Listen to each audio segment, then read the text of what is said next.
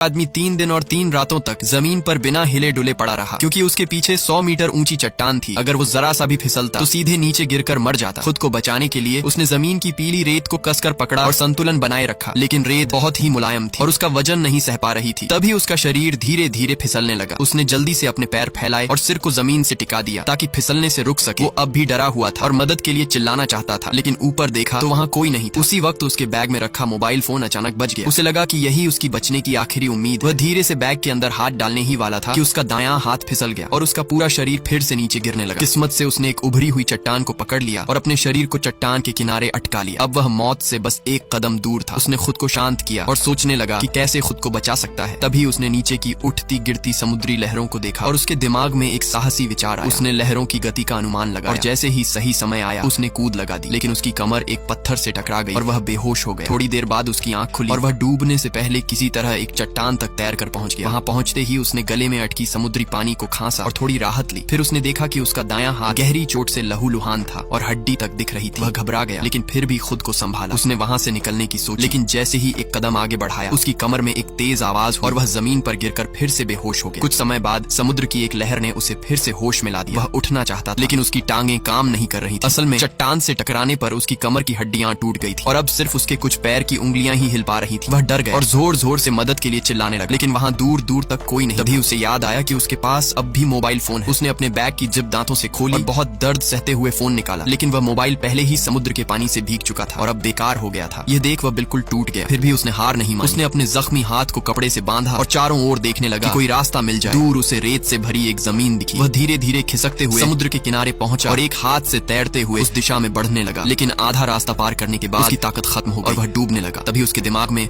उसकी पत्नी की छवि और वह अंदर से हिम्मत जुटाकर एक बार फिर ऊपर आया और किसी तरह तैर कर रेत तक पहुंच गया। जैसे ही उसने सोचा कि अब तो बच गया, एक और बड़ी लहर आई और उसे फिर समुद्र में खींच ले गई। अब की बार उसने पूरी ताकत लगाकर खुद को एक चट्टान तक पहुंचाया, अपना बैग फेंका और उसका पट्टा चट्टान में अटका दिया। वो पट्टे को कसकर पकड़कर लहरों का सामना करता रहा। काफी देर बाद लहरें थम गईं और वह फिर से बच गया। तभी एक समुद्री पक्षी आया और उसके घाव से मांस का टुकड़ा नोच ले गया। वह दर्द से चीख पड़ा और किसी तरह खुद को जमीन पर गिराया। उसने रेंगते हुए रेत पर जाकर वहां बचाव का निशान बनाया ताकि कोई देखने आए।